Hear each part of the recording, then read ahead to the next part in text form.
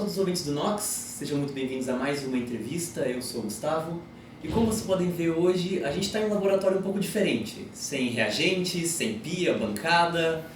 E para explicar um pouco mais sobre a linha de pesquisa que acontece, eu estou com um professor formado pela Unicamp e doutor por lá também, nosso querido Lataual, poeta físico-química. Muito obrigado, professor, por ter aceitado o nosso convite, por estar aqui hoje e dar um pouco do seu tempo. Para mim é um prazer estar aqui, é uma honra, espero não decepcionar muito, só um pouco. Né? Tá certo, professor. Então, vamos começar pelo padrão mesmo, pelo básico. O que exatamente é a química computacional? Como que funciona a pesquisa do seu grupo hoje? Então, a química computacional é um tema muito amplo, né? Então a gente pode usar em várias áreas. No caso do meu grupo, a gente usa para estudar reações químicas. Então a gente usa a mecânica quântica principalmente, às vezes a mecânica clássica também, mas principalmente a mecânica quântica, para a gente poder saber como que dois reagentes interagem, passando principalmente usando a teoria do estado de transição, passando pelo estado de transição e indo para os produtos.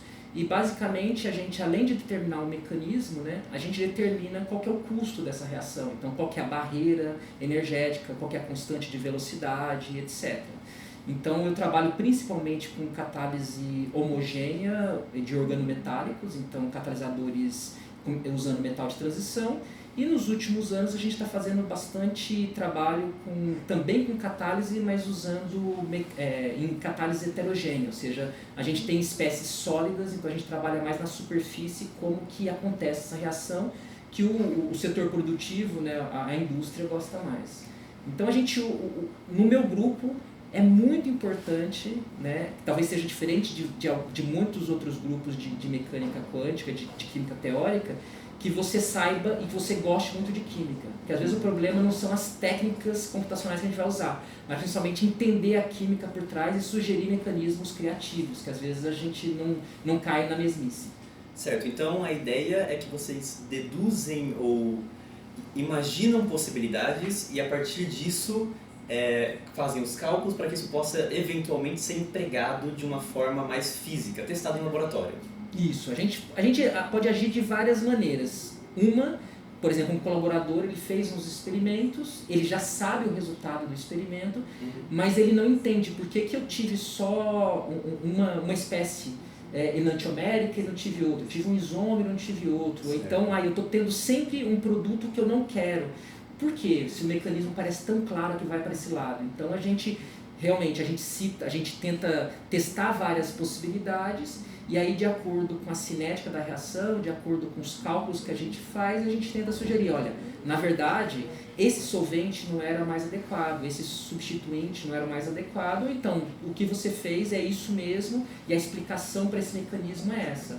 É perfeito, mas não acontece tantas vezes, mas a gente tenta fazer isso quando a gente consegue fazer antes do experimento. A gente faz um estudo e a gente procura um grupo experimental para ele testar aquela possibilidade para ver se experimentalmente ela é viável. Né? Mas é difícil acontecer isso. Geralmente a gente vai ou caminha junto ou o experimental propõe para a gente um problema. Certo, maravilha. Então, partindo agora para o âmbito um pouco mais pessoal da sua vida, onde e como surgiu o seu interesse pela química, pela ciência? De onde que você descobriu que esse era o caminho que você queria para a sua vida? Então, essa é uma boa pergunta. Assim, pela minha origem, a gente não tinha... As pessoas que cresceram comigo, a gente não tinha essa perspectiva, né, de chegar numa universidade, de fazer isso. A nossa ideia era de evoluirmos, conseguirmos nos manter, mas não era exatamente de estudar, de ser cientista ou coisa assim. Eu tive muita sorte que meu pai e minha mãe, mesmo não tendo ensino superior ou entender exatamente o que é fazer ciência, eles sempre fizeram muita força para que a gente trabalhasse, a gente estudasse e não estivesse trabalhando tanto. Então o estudo era um pouco uma válvula, é liberdade para a gente, é para a gente quebrar o ciclo de como eu não digo pobreza extrema, mas da pobreza que a gente nasceu, para a gente poder ascender. Exatamente a ciência, eu gostava muito de professor Pardal, de Franjinha, dessas histórias assim para criança, mas surgiu de verdade com a possibilidade real quando o meu pai foi contratar, meu pai é peão de represa, construir represa, né? Eu nasci em Itaipu, eu nasci em Foz do Iguaçu por causa de Itaipu, por exemplo. Quando a gente foi para o Iraque, eu estudava antes em Teodoro Sampaio, numa escola estadual bem modesta. Quando a gente foi para o Iraque, eu de um dia para o outro eu comecei a estudar numa escola privada que foi contratada de Belo Horizonte, que chamava Pitágoras, que eu não sei se existe ainda, mas era escola de elite, porque nesse acampamento no Iraque, que a empresa Mendes Júnior contratava as pessoas para ir, você tinha engenheiros como tinha com meu pai peão. Então era quase um experimento sociológico, antropológico, porque você colocava pessoas de várias classes sociais no mesmo acampamento, com a mesma escola, com o mesmo clube. Então, pela primeira vez, eu estava convivendo com o filho do engenheiro. E não pode mandar um filho de engenheiro para uma escola que não seja boa. Então, eles contrataram uma escola muito boa, a gente tinha esse acesso a essa escola boa, e ali, pela primeira vez, na minha quinta série, seria o 6º ano hoje em dia, eu tive uma aula de ciências. E eu me dei bem, eu falei, nossa, esse negócio, eu gosto disso, isso é interessante, me lembrava do professor Pardal, né, de como eu poderia ser um inventor ou alguma coisa assim, mas não sabia exatamente o que é ciência, e eu tenho facilidade com isso. Né? Então, quando eu voltei para uma escola estadual novamente, né? A gente ficou 2 anos lá no Iraque, na Síria, uns 100 quilômetros ao sul, uns 300, 400 quilômetros de Bagdá. Quando a gente voltou para Minas Gerais em planura, eu via que aquilo era uma possibilidade real. E aí, desde então, sempre tenho pensado, não sabia se eu queria química ou física, mas eu queria fazer ciência, eu queria produzir algum conhecimento que não existia antes. Né? E isso para mim era o caminho mais fácil, entre aspas, de me manter e de melhorar a minha vida. Certo, que bom que você escolheu química, está aqui com a gente hoje. É muito bom a gente ter um cientista tão bom quanto a senhora aqui hoje no laboratório. Nossa. E pulando um pouquinho, uns anos para frente, já na graduação, qual foi o momento que você considera mais marcante desse processo? Já uma pergunta mais focada para os estudantes aqui do Instituto de Química também.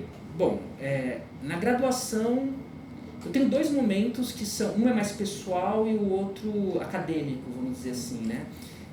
O mais pessoal é que a entrada na universidade, para mim, assim, quando eu passei no vestibular, o primeiro dia que eu tive na Unicamp, foi o dia mais importante academicamente falando. Né? O dia mais importante da minha vida, nascendo da minha filha.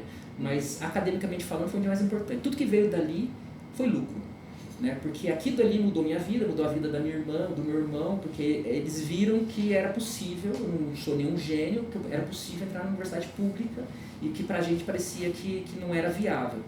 Então esse foi o momento mais importante, com certeza, da graduação, foi o primeiro dia de graduação. Né? Agora, academicamente, foi talvez o mais complicado, foi Física 3, que é eletromag. Né? A gente brincava que era quando a gente sabia que a gente estava se formando, né? Porque era o estado de transição. Depois dali era só ribanceira, você sabia que você estava se formando. Então, na Unicamp, até pouco tempo, era um curso de nota 7. Então, a física, para você passar de primeira, você tinha que tirar mais que 7. Né? Então, foi a primeira vez que perigou eu ir para exame e tal, eu passei com 7,4, alguma coisa assim, e de uma turma de 55 a gente passou em 7. Também, né? Então foi bem complicado esse momento, e ali foi um dos momentos de mais dúvida que eu tinha se eu realmente queria fazer isso, né? Tava sendo tão duro para mim, tava me exigindo tanto, né, que eu não sei se valia a pena insistir mais. Então, daquele momento eu cheguei a pensar, eu cheguei a olhar na indústria, eu falei, não quero ir mais para a vida acadêmica, eu quero ir trabalhar e ganhar dinheiro, porque eu não estou pronto para fazer isso o resto da minha vida e passar por essa dificuldade. Felizmente, logo depois disso, eu pensei um pouco melhor, eu acabei mudando de área, eu trabalhava na analítica e fui para a teórica, e aí eu comecei a ter contato com mecanismos de reação e com vários tipos de química diferentes. Na analítica eu gostava bastante, mas ficava numa química só. Na teórica eu pude variar por várias coisas diferentes. Então isso mudou um pouco a minha vida e me deu o gás que eu tenho até hoje de fazer uma coisa que eu tenho muito prazer, né? que é estudar mecanismos de reação. Certo, professor. Até onde eu tenho conhecimento, você teve participação num laboratório da Catalunha. Como que foi essa experiência de ver para fora do país levado pela ciência? Foi ótimo. Eu sou um bom exemplo de turismo científico para pobre, né? Então, às vezes que eu viajei e tudo mais, até agora não, agora eu consigo pagar minhas viagens, mas até o meu doutorado, meu pós-doc, todo turismo, todo lugar que eu viajava era por causa da ciência.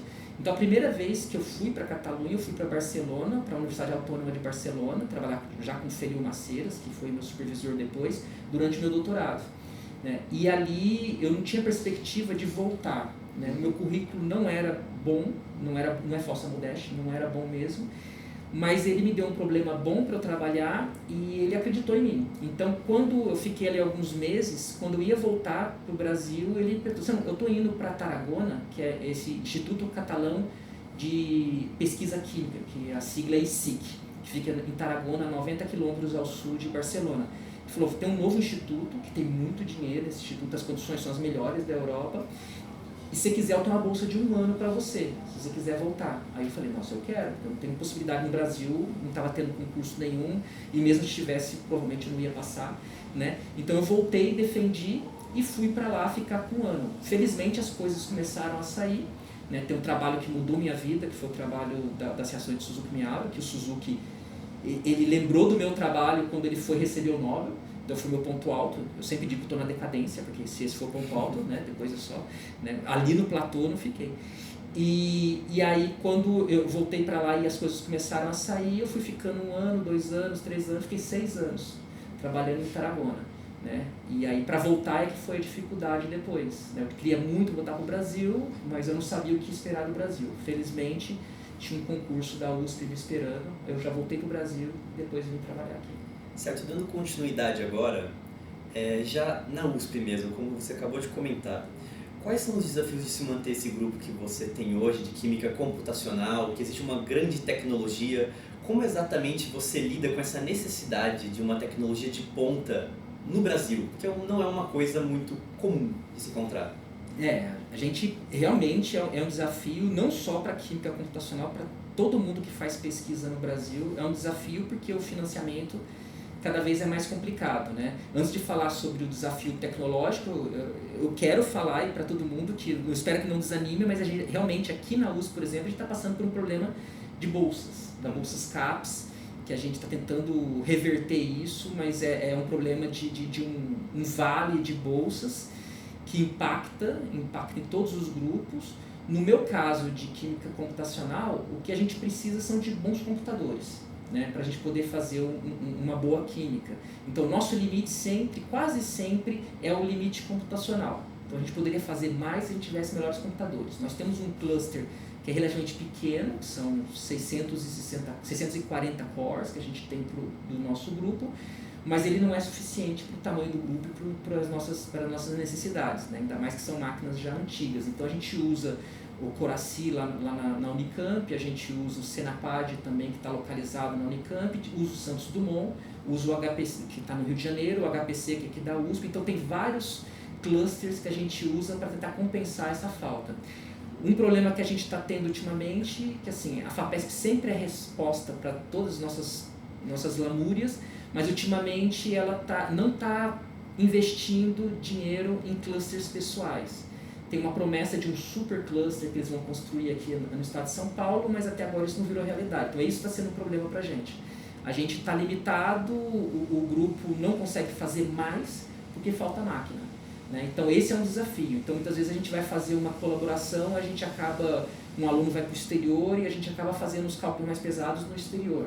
Então a gente usa clusters na Europa e tenta sempre buscar um ou outro colaborador para a gente poder compensar isso. Então esse é um grande desafio da falta de investimento que a gente tinha da FAPESP, mas que agora está mais escasso para a gente poder fazer isso. A parte boa do que eu faço é que, por exemplo, programas, né, que evoluem muito rápido, a gente consegue ter acesso muito rápido para poder usar. Isso está um pouco mais popularizado. Então depende, a gente tem a rampa de aprendizagem para a gente aprender a usar esses novos programas, mas o que limita a gente são os computadores mesmo. Certo, professor. E agora em relação à parte social do seu trabalho, de que forma é possível explicar algo que é relativamente abstrato? De que forma se pode aproximar a população da química computacional? Como eu digo que é importante para o povo, que é importante para o desenvolvimento do mundo? Olha, sempre é difícil explicar o que a gente faz para a sociedade, para um leigo, né? Mas uma coisa que eu acho que o pessoal entende é, em vez de eu testar alguma coisa fisicamente falando, indo para um laboratório com reagentes caros, geralmente importados, eu posso simular aquela reação. Eu posso fazer isso tudo gastando tempo e elétrons. Né? Então, eu tenho os programas adequados, eu simulo aquela reação e a gente consegue, mesmo sem fazer o cálculo mais preciso do mundo, ver se ela é viável. Então, muitas vezes se tem colegas que têm, olha, eu tenho esse mecanismo na minha cabeça, né? Eu acho que vai por aqui e eu vou produzir esse produto, que é um produto natural muito complicado, ou que é um produto muito específico para a indústria farmacêutica. A gente pode testar algumas rotas, nem em detalhes, mas em algumas partes das rotas que são mais importantes, e a gente pode dizer, isso é viável ou isso não é viável. Então a gente talvez seja um dos maiores apoios, ferramentas da química verde, a química realmente verde, né? Porque a gente consegue antecipar um custo, a gente consegue diminuir um custo muito grande simulando coisas. Outra coisa que a gente pode fazer é, você pode pensar em qualquer reação, você pode pensar numa reação que acontece, por exemplo, numa cozinha, né, onde você coloca um bicarbonato por uma razão, ou você coloca vinagre por outra razão, então você tem um meio mais básico, um meio mais ácido. A gente consegue ter uma ideia de como isso vai funcionar sem ter que ir para a cozinha. Né? Então é fazer um planejamento racional, né, da ciência. Então, nosso sonho é ter os modelos tão evoluídos que a gente possa fazer isso de uma maneira muito, muito, muito próxima da real. A gente ainda não está lá. A gente tem que fazer modelos mais simplificados, mas a gente está caminhando para isso. Certo, faz bastante sentido. É bem convincente. Agora, professor, sobre a sua perspectiva, sobre o fato de você ser professor, como que você avalia a sua posição sendo um dos poucos professores negros da USP? Ou da sua graduação? Como que esse fato se envolve na sua carreira, na sua vida? Tá. Primeiro, ser professor já é alguma coisa que sempre me assustou. Porque eu nunca quis ser professor. Assim, primeiro eu não achava capaz. Né?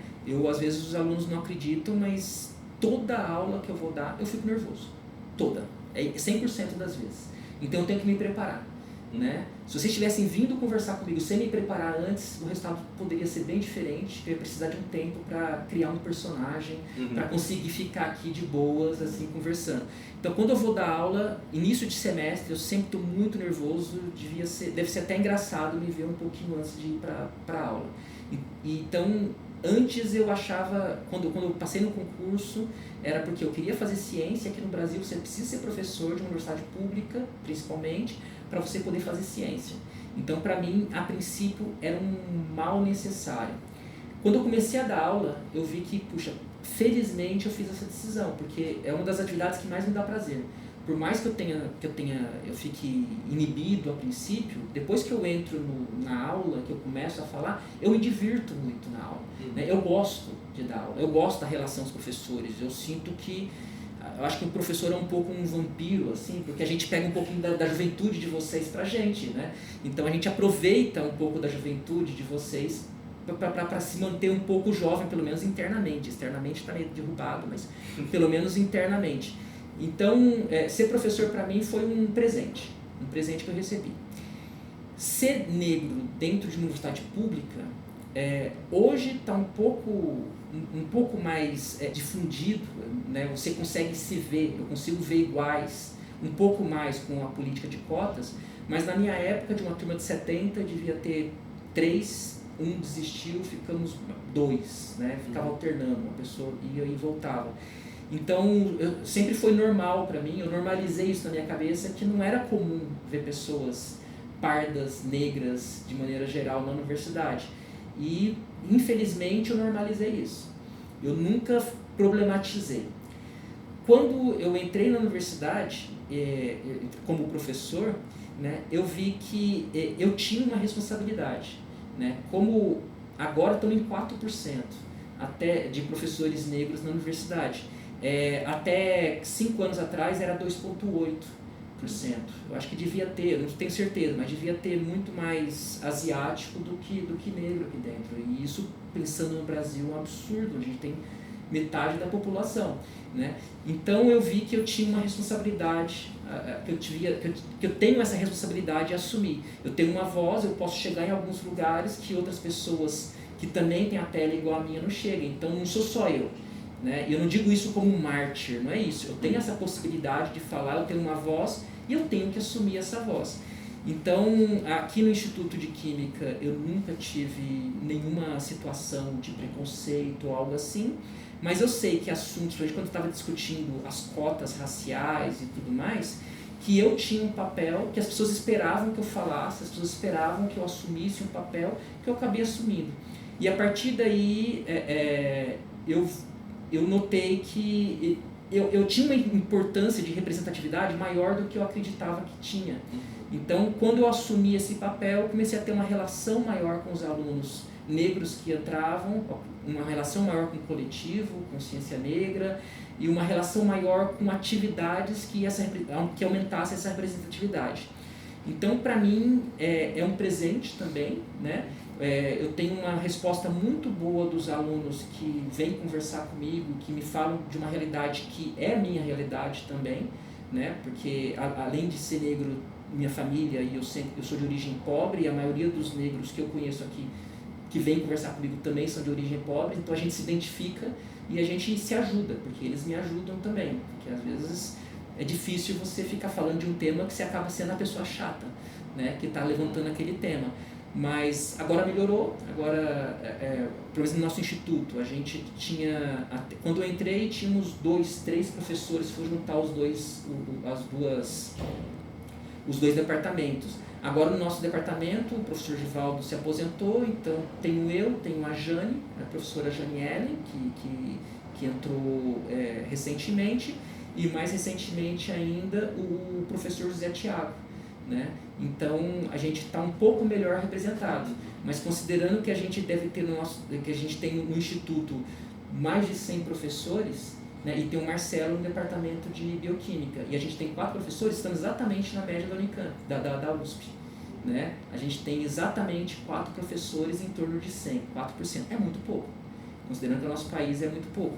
Mas nós 4, acho que a gente está fazendo, todo mundo sabe da sua responsabilidade e a gente está tentando contribuir para que esses números aumentem. Como que a gente faz isso? Motivando os alunos a criar uma demanda, a criar uma massa crítica aí para passar em concurso, para entrar na pós e poder aumentar a representatividade. Certo, professor. Pelo roteiro, as nossas perguntas já acabaram, então eu queria convidar o senhor a mandar uma mensagem, falar algo que você gostaria. Você tem espaço livre agora para falar para quem você quiser, o que você quiser. Fique muita vontade, se não quiser falar nada também, é a sua escolha. Bom, para mim, eu nem sei se eu tenho alguma coisa para falar. Para mim, primeiro agradecer a vocês pela oportunidade de poder falar. Né? Eu além de ser muito simpático ao Projeto Nós, né? Eu acho que vocês chegam num público que a gente não consegue chegar, acaba sendo uma extensão, uma divulgação diferente. Né? Então eu adoro podcast hoje em dia, então sempre estou ouvindo, sempre estou vendo, sempre estou interessado.